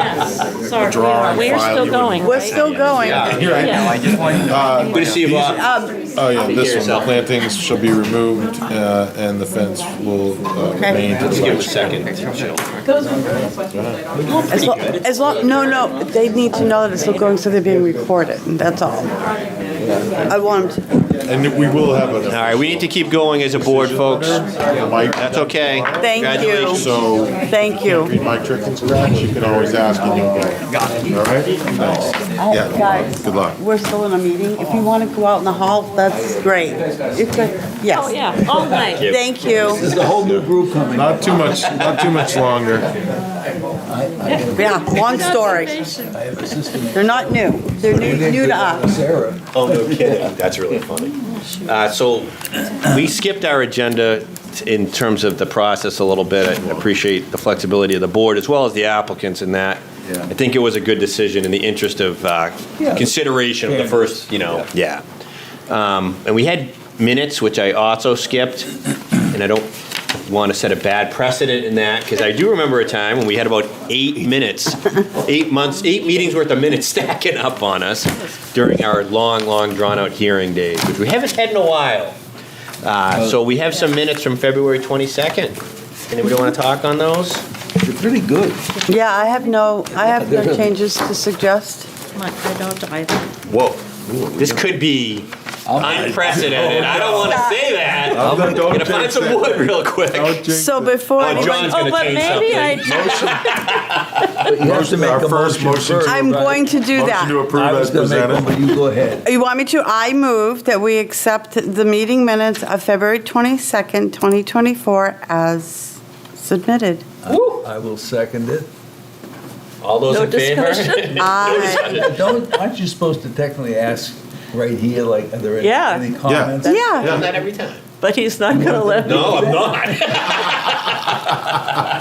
He already did. All right, if you want to comment? No. We have the motion in a second. Does anybody want to comment No. on the, maybe, the only time I know of, minutes being submitted and not changed at all? I can really look again if you'd like. No, don't. I'm pretty sure I looked This is pretty exciting. thoroughly. All in favor? I think that- All those in favor, raise your right hand and say aye. Aye. Passes, 4-0. Woo!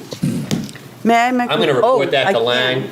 I was going to make a motion to adjourn, but do you no, have go ahead. anything? Oh, no, no. Oh, we have more? We have an agenda still, so Right. the master plan discussion, I don't think we have anything to really report. We did have a meeting, John. We did. I know you don't remember what we talked about, do you? Was I there? You were there. Pete was there. Pete And was there. we had a full committee. We did. Yeah, we talked about the recent Stan Tech report that came Yeah, out, we the did. presentation to Yeah. the select board. We talked about, overall zoning in the master plan. We talked about the analysis that was done and what's left to be done. We didn't On the have floor. one specific thing that we were. No, we didn't. No, but we did want to read We didn't have. the bike and, the bike and pedestrian master plan was, that's either Sally's or, just leave that. I'll get it. I know who that is. Thank you. The bike and pedestrian plan, just kind of, it was going along, but then, everyone got busy with town warrant, and Yeah. so forth. RPC did too, a little bit, it's a kind of everyone's busy time of year. And then I met with them today to pick that back up, so we're gonna meet back, they're having a graphic designer take it. We've seen all the guts of it at the, and all the improvements proposed, the draft improvements, we've reviewed all those, but they're gonna make it look nice and come back and talk about it at the May meeting with the master plan oversight committee, and then they'll move it on to select board. Most likely, we'll invite the planning board as well. Okay, good. Land use regulation review? Anything? Now, that should probably not be a standing item anymore, Okay. because we've gotten by that a little bit. Field modifications? None requested. Bond and/or letter credit reductions and releases? We haven't done any since the last one. I have a question. Any other items? Yes. I have something too. I just have a question. What's happening in the Hannaford parking lot? What is that? Oh, a bank. What else? Did we? I don't No, know. you didn't have We to. never, okay. You didn't have to. It didn't was, have it could have been, it's it met our definition, in my opinion, of, where is it? Let me get it, because I want to be specific in what I did. Because I should probably, activities not requiring site plan review, if waived by the town planner, there is a thing, and it's about, it's less than They can, but not really, yeah. 3,000 square feet of disturbance, telecommunications structures, above ground storage tanks, blah, blah, blah. So, It's worth $100 million a year. it really met that, so I emailed Lang and Aaron, the chair and vice chair, and said, this is what I see, but I didn't want to do it without some, if I bring it to the whole board, then it's the whole board, might as well just do it. But I emailed and I got very thoughtful, long, detailed emails back from both Aaron and Chairman Lang saying, yeah, we're okay with it. Okay. So, because there was nothing changing. There was no impervious surface area changing. It was like 1,600 square feet, I think. There's no access, they're not changing any access, and the bank is actually in the building now, and they were moving out onto the pad. Not to say that that's additional square footage that somebody will move into, but we didn't see, Big like, markup. what are we going to review? I mean, the drainage is not being increased, the traffic is almost minimal comparatively, for a site that big. So, and the accesses are all, there's a light there, the access on Holland Way, and it's only a right in, right out onto, what do you call it there? Portsmouth Ave there, so we're like, Okay. I don't know what we'd ask. Plantings? No. Trees.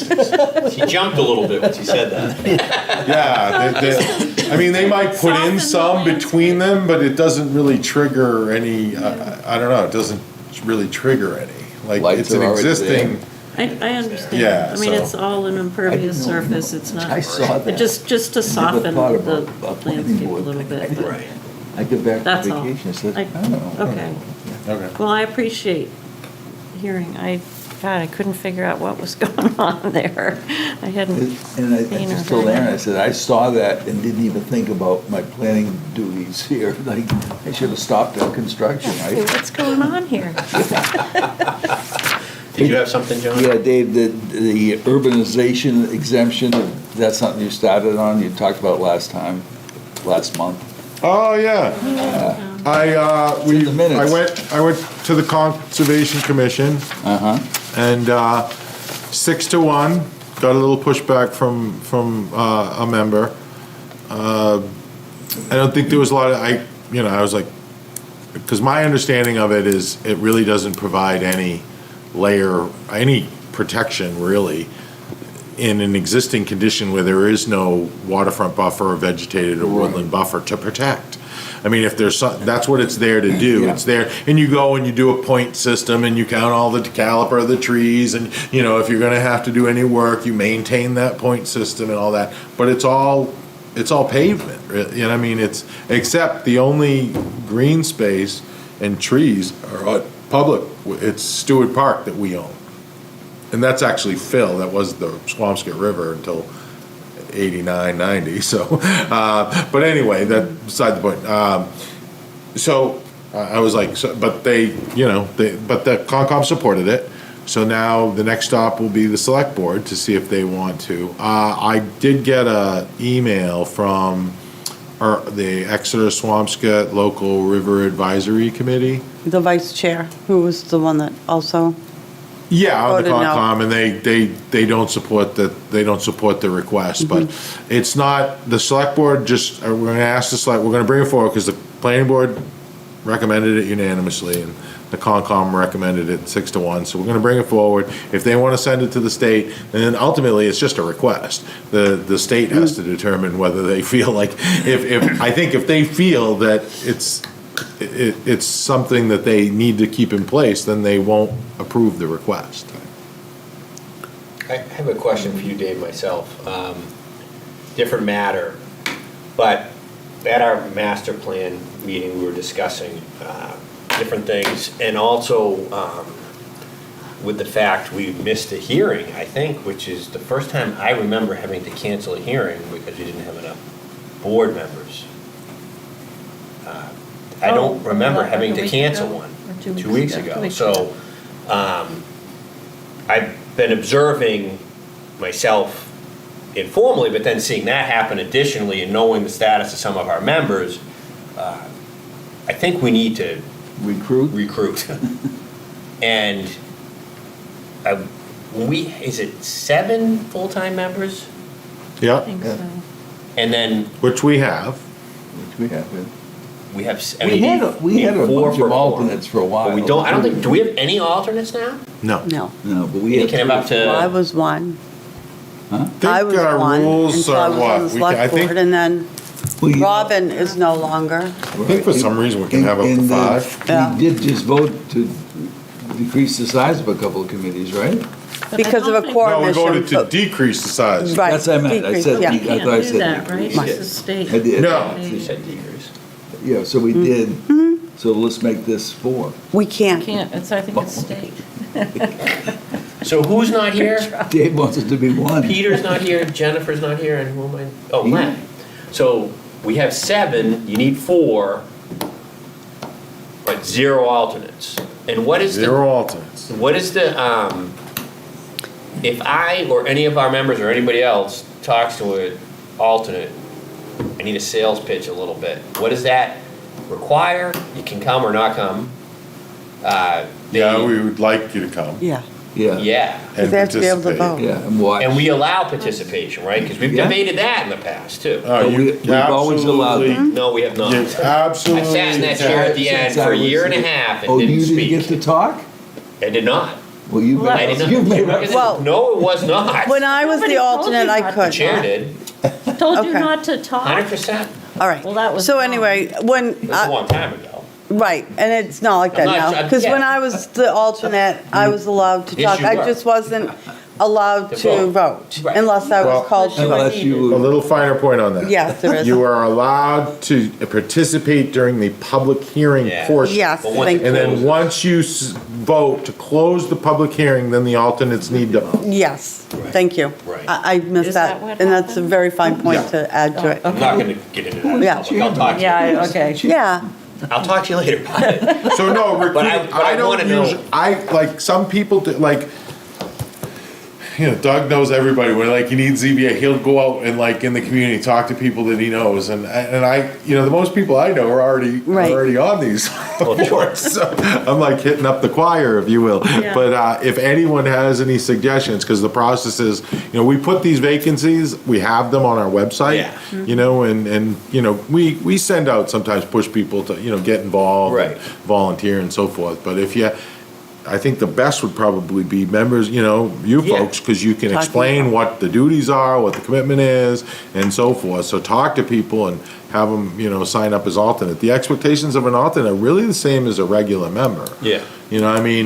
Little more flexibility on, showing up, but, you really want to, we're like them here. So that's why when the state allows 5 and we allow 5, I think that's kind of. Well, you commented even on the Conservation Commission when you addressed them for the urbanization. Yeah, that was thing. crazy. Everyone was there. I know, They that was and nice, they yeah. have a lot of alternates. It's just Who does? the Conservation Oh, they do? Commission, yeah. I think 2 usually is adequate. I think if you have, you should carry like 2 Yeah, alternates. So you they have got a good 9, so group of getting people. 4 is pretty much Yeah, it's heavy. almost I've been certain. trying to recruit for the water But- and sewer, because I know they need people. And I was asked if I was interested, but I don't want to do it. So, but I've asked a couple of people, but, It's, right now it is hard to get, yeah, we've been trying to come up with ways yeah. and, Where are we at on the officer vote? Does that come in April? Yeah, it was April. I think it's May. Is it May? First Okay. weekend, first one in May. I think it's the one in May. It's right in your rules. Yeah. I well, think yeah, it's it's right, whoever comes up will be asked if they want to renew. Right. I don't have that in front of me right now, that might be, but, and Yeah. then you would vote. Election for all offices will be held annually at the first meeting in May. Coup d'etat. Yeah, first meeting in May, Mr. Vice Chair. Thank you. So I guess I'll make a plea to the public. We need alternates on this board. If you're Great interested, board. talk to Dave or any of us. I have a couple people in mind that I'll probably approach myself too, so. And just wanted to a be lot of people in town do multiple committees already, right? It's not like, Not me. Yeah. no, I do, I skipped you. What's that? Skip me. But, yeah. Yeah, that you is- guys- Still working, fella. Yeah. I know that's tough too. I sympathize with that because like you're on committees and then you make a charge, like you create another committee says, shall have a planning board member on it, shall have this, and it's like, there's people are signing up and you have to get, that's tough. It's like, It's tough. so- Yes. A lot. Some people end up on 2, 3, Gwen. 6. Thank you very much. 6, yeah. So, 6, oh my God. Well, you go to, yeah. Well, and I want to thank the board tonight for letting me filling in for Chair Lang and making it easy for me, frankly. And it was not an easy case, I think there were some nuances that I thought you guys did a great job of helping me muck through it as the fearless Mucking. leader. No, we got through it well, I think, ultimately, so, thank you. I think it was what we could do, right? Yes. Yeah, I think, yeah, Sarah's alley there, she, I think, appreciated it. and- Yeah, we want to not Yeah. continue. Yeah, we because can't already debate closed this it, too but much. I was Yeah, just you don't thanking wanna you talk guys for your about help. So, all right, I'm looking for it. You know what I'm looking for? I move to adjourn. Second. So moved. Hit that. Yeah. Good job, guys. Thank you for tuning in to Exeter TV. Exeter TV is the town's public and government access channels, available on Comcast channels 6 and 22. Channel 6 is your channel. If you have an idea for a program, want to host your own talk show, or submit a film, we're here to get your content on television. On Channel 22, we bring you live and replay coverage of government meetings and other town updates. A third channel, Blue Hawk Media, is operated by SAU 16 and can be found on Channel 8, with all your school sports, events, and meetings.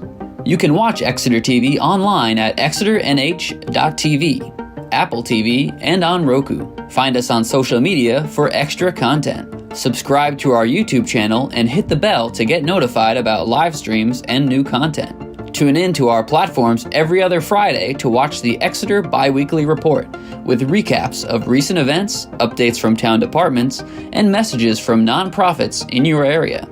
If you head to our website, exeternh.tv, we invite you to sign up to our newsletter to receive monthly updates about new content, upcoming meetings, and more. We'd like to thank you for taking the time to watch Exeter TV and hope that you tune in to our other content as well.